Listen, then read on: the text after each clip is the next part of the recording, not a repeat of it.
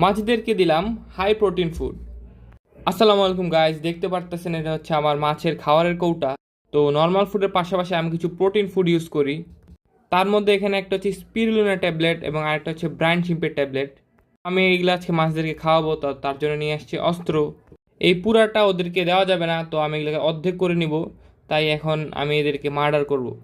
তো এই যে একটাকে মার্ডার করা হয়ে গেছে এবং আরেকটাও মার্ডার হয়ে গেল।